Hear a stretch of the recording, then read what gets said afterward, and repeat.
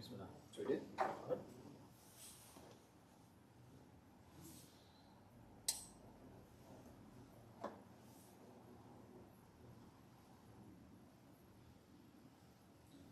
أعوذ بالله من الشيطان الرجيم. بسم الله الرحمن الرحيم. الحمد لله رب العالمين، وأصلي وأسلم على من بعث رحمة للعالمين سيدنا محمد وعلى آله وصحبه أجمعين.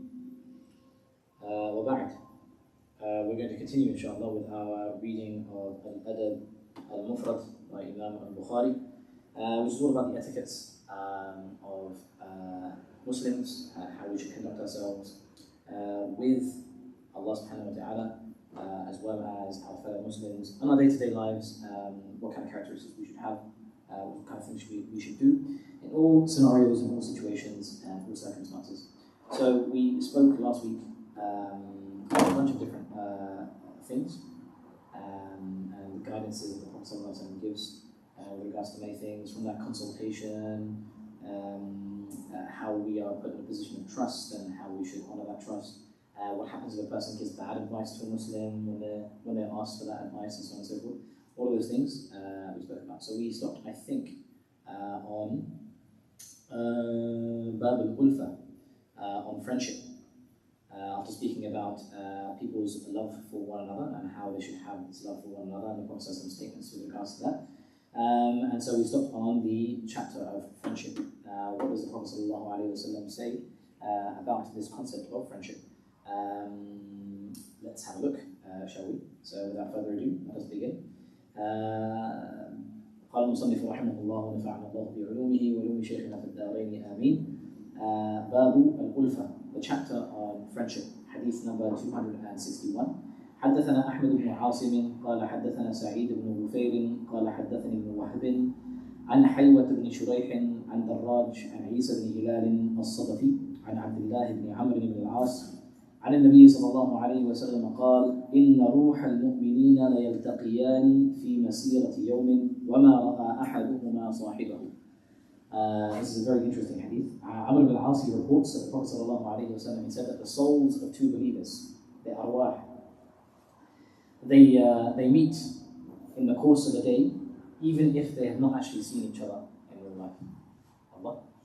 So even if their bodies, their physical bodies haven't met, their souls will meet each other. SubhanAllah. Now, this is for certain, 100%, this happens after death. So once a person has passed away and they move on to the barzakh, the souls do meet each other and they do see each other. There are many ahadith that are authentically narrated to the Prophet ﷺ that talk about the journey of the soul after death. And when a person passes away, he goes up to the first heaven, and then it's asked, who is this? And then he is permitted to enter into the first heaven. And there he will meet believers who would know people on this in dunya, right? And they would ask about them. And they would say, what's the situation of Fulan? ماذا فعل فلان ابن فلان? ماذا فعل فلان ابن فلان? They would ask him, what's the situation of this person? What's the situation of that person? Is he okay? And then the believer who's passed away would then let them know that, okay, he's in a good situation, make dua for him. He's not in a good situation, so, leave him. He's been left to the affairs of the dunya, and that sort of thing. So 100% these souls meet after death. Even if they hadn't met in this dunya, they would still meet after death, and it would be as if, like, had they met in this world, they would have got along really, really well, and they would have been the best of friends, and they would have had a really, really good relationship. But because they didn't meet in this world, khalas, they've met in the hereafter, and they've had that good relationship. So sometimes we're longing for a meaningful relationship with others, good friends, good companions, good people around us. We don't really find that.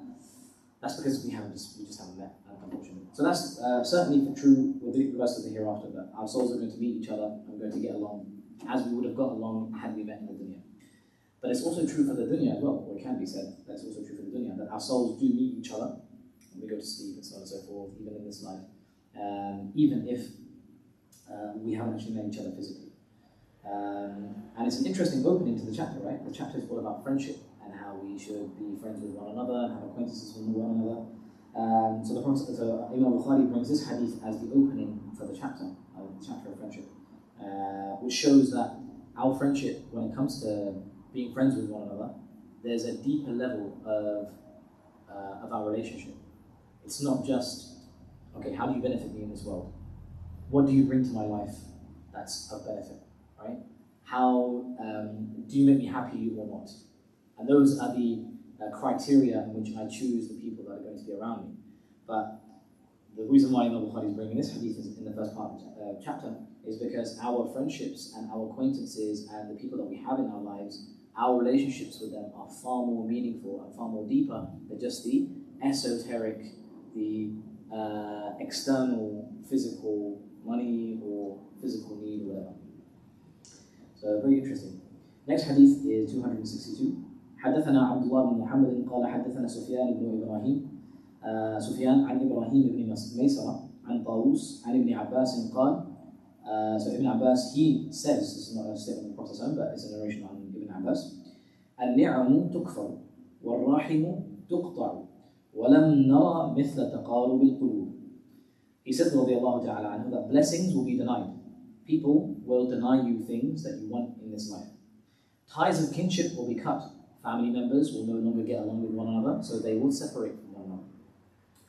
And we have not seen anything better than the hearts drawing near to one another. Meaning that nothing is better, nothing will keep people together. No amount of business that you do, because that's the whole thing about al-ni'am tukfar, right?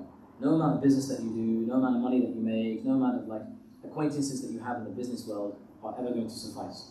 And no amount of family members, although they're family members and they are connected to you because of a familial relation, even that stuff doesn't matter.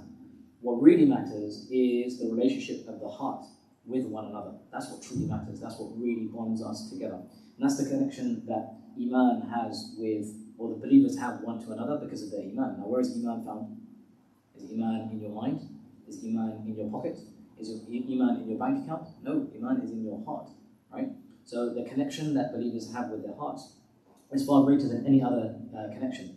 Now, can this connection be garnered? Can you achieve it with your family members and with your business associates and so on and so forth? Absolutely, 100%. You can certainly do that too. But as if it's not just the ties of kinship or the business relations that connect us together. There has to be a deeper relationship with one another, and that is the relationship of the heart. And that relationship can only manifest itself through our Iman. Then the Prophet ﷺ, or there's another sort of narration, it's not necessarily the words of the Prophet ﷺ here, in hadith number 263, حدثنا فروة بن أبي المغراء قال حدثنا القاسم بن مالك عن عبد الله بن عون عن عمير بن إسحاق قال كنا نتحدث إن أول ما يرفع من الناس الألفة. Umayr ibn Ishaq, he says that we used to say to one another, me and the companions, we would say to one another that the first thing to be removed from people would be the ties of friendship, the ties and the bonds that bring us together, al-ulfa. Now there's many words for friendship in the Arabic language. Sadiq is one of them. Alif is another one. And any word that is used in the Arabic language for to connote friendship and connection on a sort of like on a good level, it has a particular meaning to it. Ulfa is that type of friendship that has deep love and a deep connection to that friendship. It's not just an acquaintance that you have. Another word for friend is sahib, a companion, and the one in sahib is used for your friend.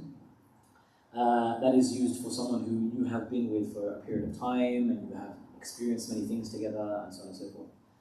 There is the walij, right? Walij is another type of friend that is used in the Quran, I think, as well. But yeah, so a lot of these things are used for friends, and all of them have a different sort of connotation to them whenever they are used. Babul Mizah. The next chapter is the chapter on joking. Now, everybody loves to laugh and a joke, everybody loves to have a good time. So let's see what the Prophet ﷺ says with regards to laughing and joking and having a good time. Hadith number 264. حدثنا مسدد قال حدثنا إسماعيل قال حدثنا أيوب عن أبي قلابة عن أنس بن مالك رضي الله تعالى عنه قال أتى النبي صلى الله عليه وسلم على بعض نسائه ومعهن أم سليم فقال يا أنجشة رويدا سوقك بالقوارير. So the Prophet ﷺ, he said on the authority of Anas ibn Malik that one day the Prophet ﷺ came upon a group of women that included Sulaym. And there was a man called Anjasha, and he was leading these group of women. And they're all riding upon camels. They were all on the back of camels, right? And they would, on the back of the camels, whenever women were riding, they would erect like a sort of like a tent-like thing. Yeah. And they would sit inside those, so they'll be covered, and there'll be hijab and masturat. So as the camels walk, obviously they move from side to side, and sometimes when the camels walk too fast, and the person who's leading those camels isn't necessarily taking care of the speed and the trajectory and the camels are riding in, it can be quite a difficult ride for women. So this guy called Anjasha, he was the one who was leading the camels at the time. And so the Prophet ﷺ, he saw that he was leading them in such a way that the tent-like structure on the back of the camels was moving quite vociferously and was moving quite harshly. And the women are having a bad time. So the Prophet ﷺ, he turned to Anjasha and he said, Ya Anjasha, be gentle when you are driving fragile creatures.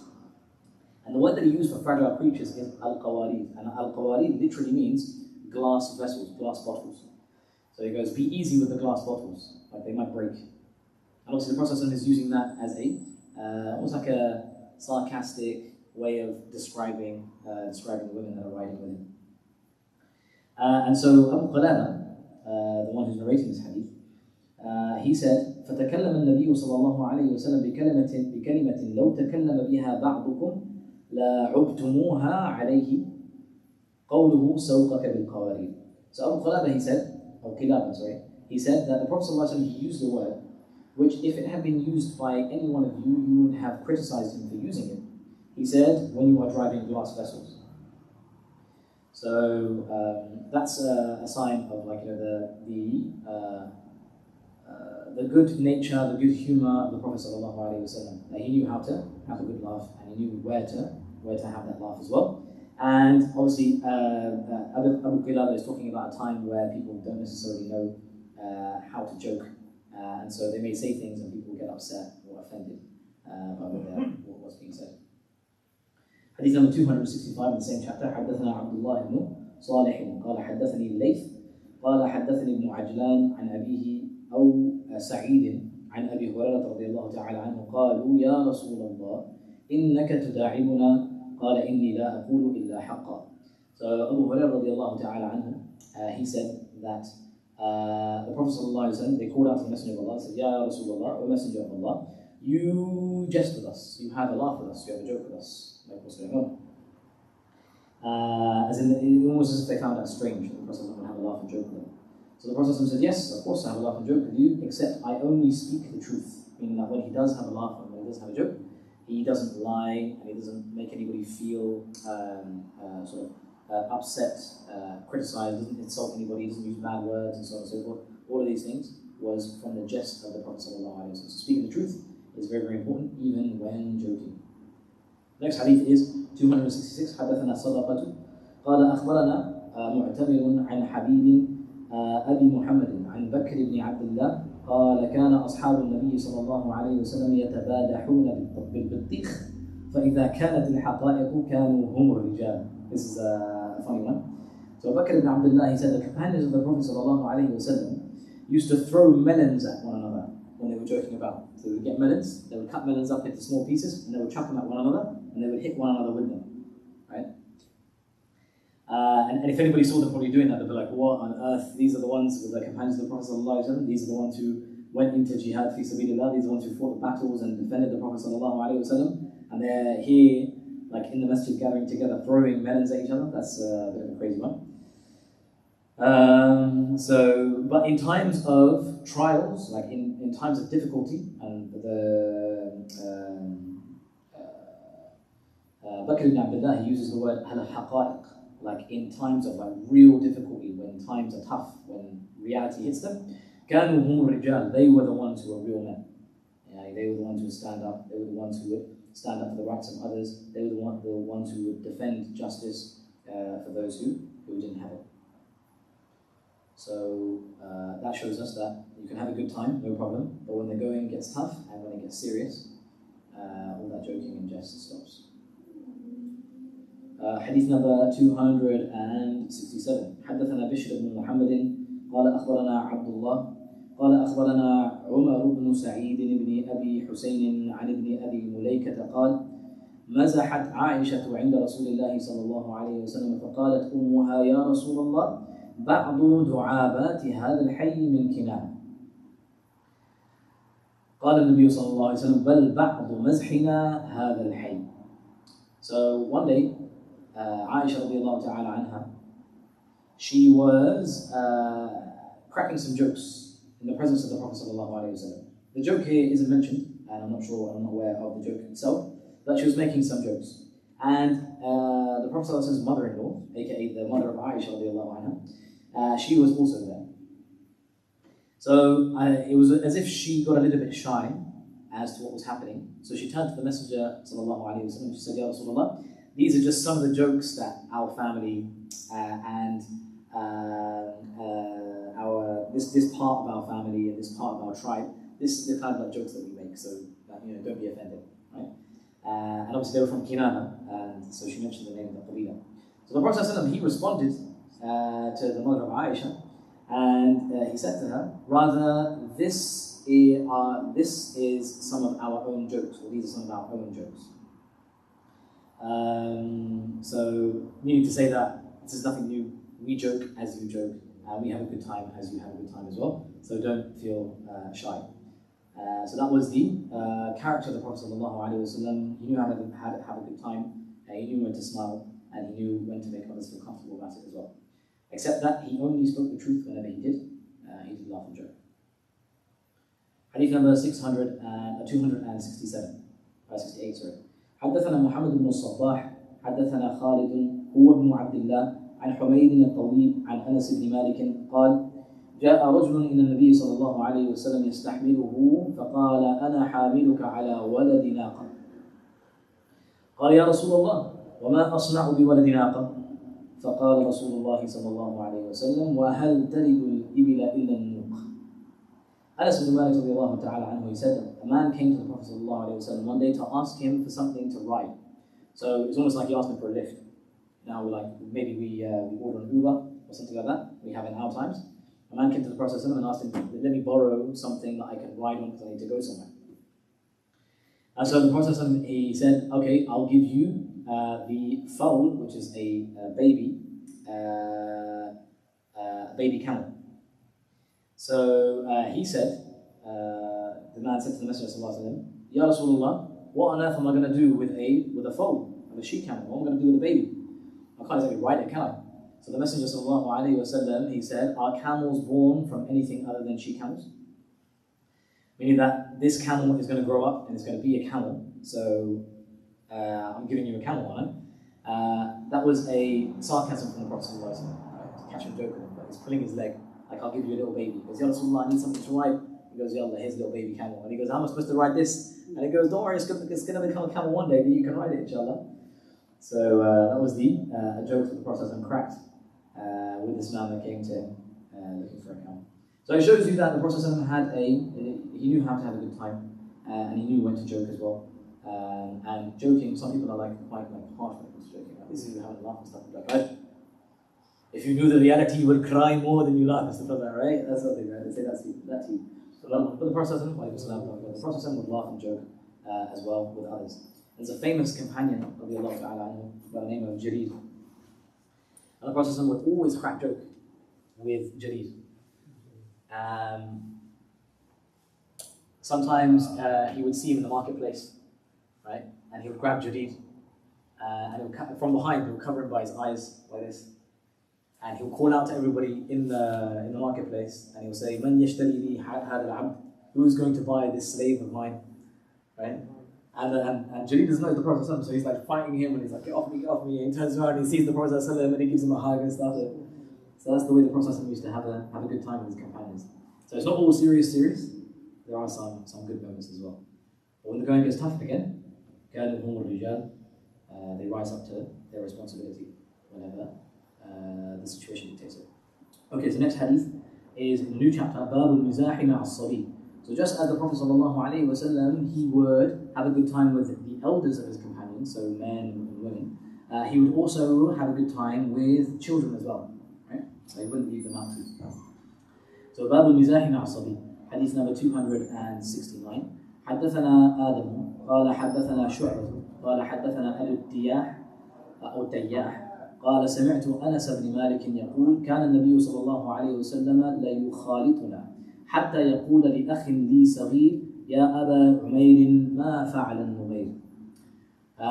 So the Anas ibn Malik reports the Prophet ﷺ, he used to mix with us to such an extent that he would say to the younger brother of mine, "Oh Abu Umair, what happened to the little sparrow?"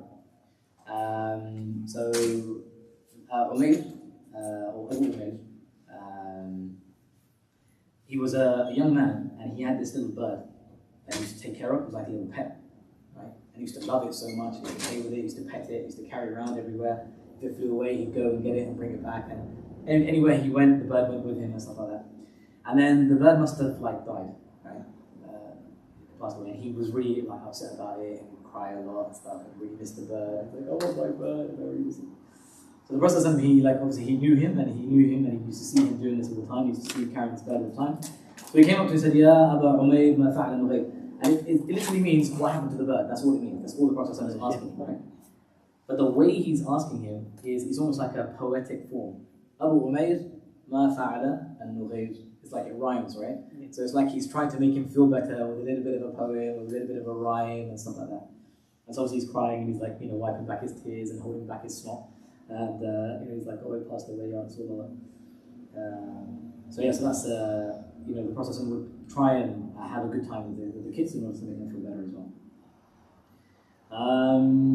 Next one is حدثنا ابن سلام قال حدثنا وكيع عن معاوية بن أبي مزرد عن أبيه عن أبي هريرة أخذ النبي صلى الله عليه وسلم بيد الحسن أو الحسين رضي الله تعالى عنهما وعليكم السلام ورحمة الله وبركاته ثم وضع قدميه على قدميه ثم قال ترق.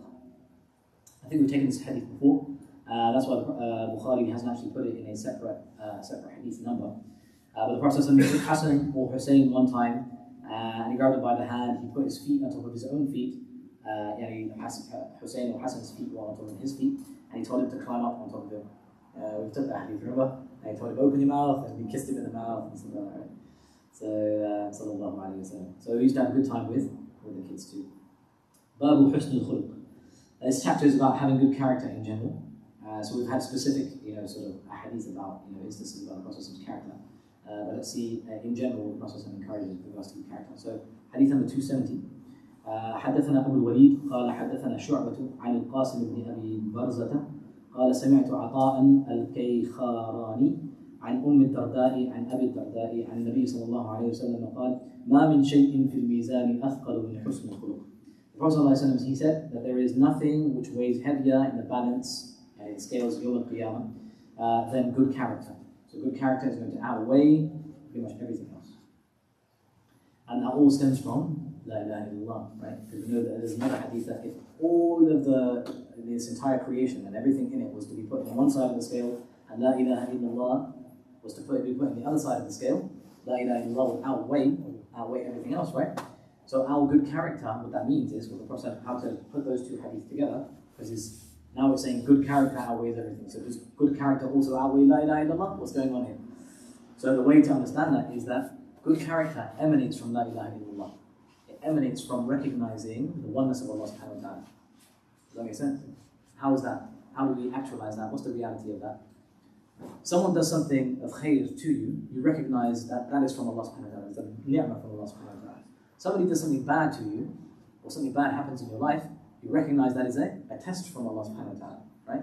So you are either shakir or sabir. You are either appreciative and thankful to Allah subhanahu wa ta'ala for the blessings that He's given you, or you are patient in the adversity that He puts you through. And in both situations, there is khair. Yeah? In both situations, there is khair. So when you do that, husn al-khuluq comes as a result. Right? Because if you don't realize that, the good things, you think that you're responsible for them, and khalas, there's an ego, there's some kibr, you look down on other people, and so on and so forth, all that comes into it. And then when bad things come your way, you're like, why is this happening to me? This shouldn't happen to me. I haven't done anything wrong. I've tried to be a good Muslim. I've tried to pray 5 times a day, and so on and so forth. So that happens to you whenever bad things happen to you. So if you recognize La ilaha illallah, good character will come forth.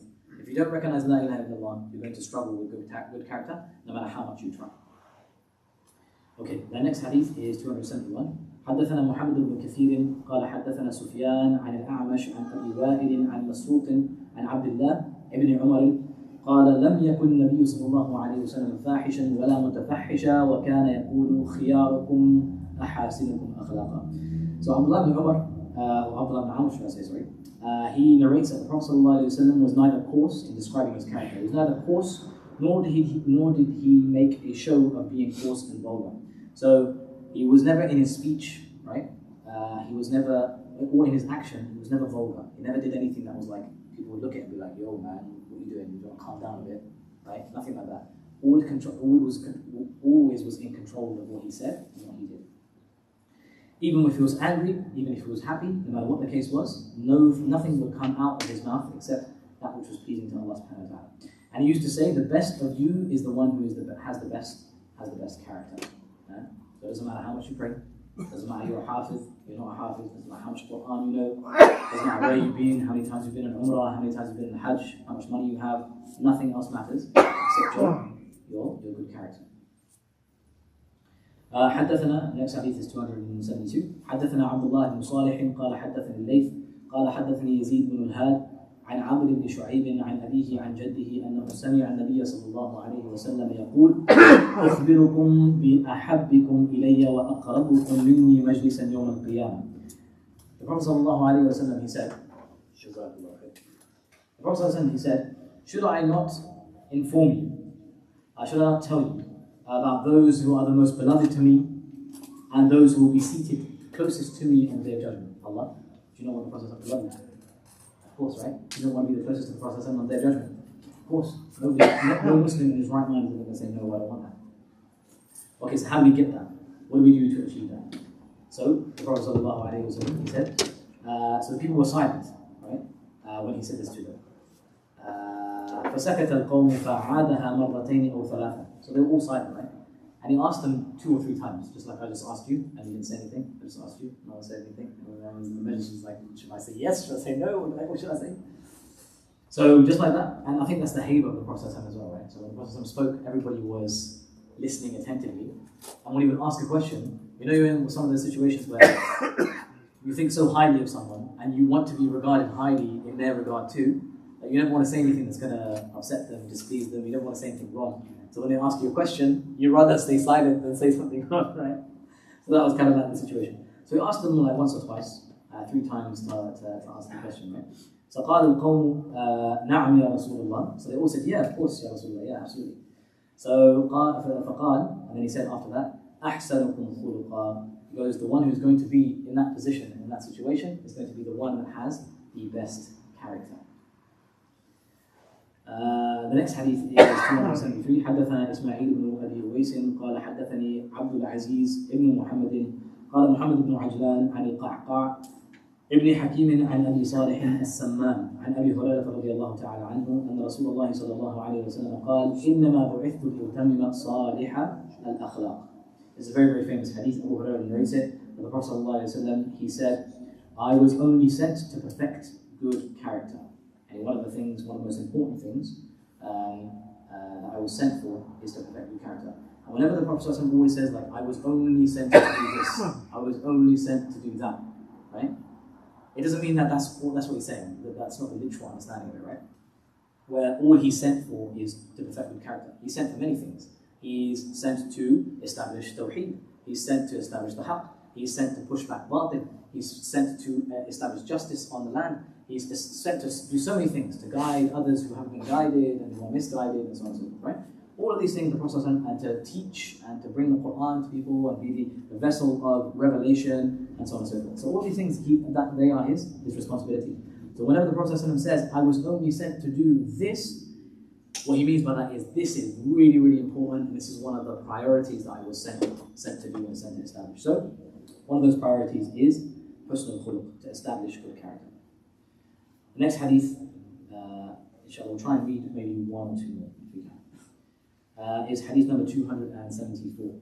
حدثنا إسماعيل قال حدثني مالك عن ابن شهاب عن عروة عن عائشة رضي الله تعالى عنها أنها قالت ما خير رسول الله صلى الله عليه وسلم بين أمرين إلا اختار أيسرهما. The Messenger of Allah صلى الله عليه وسلم never had a choice between two things except that he chose the easier of the two. Right? That doesn't mean that one of them is halal and one of them is haram. The haram is easier, so he chose the haram. No, they're both halal, of course. Right? But whichever two are easier, he would always choose the one that is the easiest. ما لم يكن إثما, except that which is one action, as we said. فإذا كان إثما كان أبعد الناس عنه. And if it was a wrong action, if it was a sin, if it was a mistake, if it was something that was reprehensible, the Prophet was the furthest person away from doing anything like that. وَمَنْ تَقَمَ رَسُولُ اللَّهِ صَلَّى اللَّهُ عَلَيْهِ وَسَلَّمْ نَفْسِهِ. And the Prophet would never take revenge on his own behalf. It was never about himself. If he ever enacted revenge, it was always because of a haqq that was taken from somebody else, or a haqq of Allah subhanahu wa ta'ala that needed to be fulfilled. Yeah? That was the only ever time the Prophet would ever get angry or ever wish to enact revenge or vengeance on anybody. إلا أن تنتهك حرمة الله تعالى, as Aisha radiallahu ta'ala goes on to say, except if the sanctity of Allah subhanahu wa ta'ala was violated, فينتقم لله عز وجل بها. So he would take revenge for the sake of Allah subhanahu wa ta'ala, but not for the sake of himself. And this was the situation of his companions as well. Even Ali radiallahu anhu, a situation happened to him one day where he was in a battle and he was fighting someone and he overcame the person he was fighting. It was like a one-on-one duel type thing, right? So he took him down. The guy was on the floor. And he was ready to end his life. This is like jihad, this is in the midst of battle. And it's kill or be killed in that situation. So he had the opportunity to end his life there and then.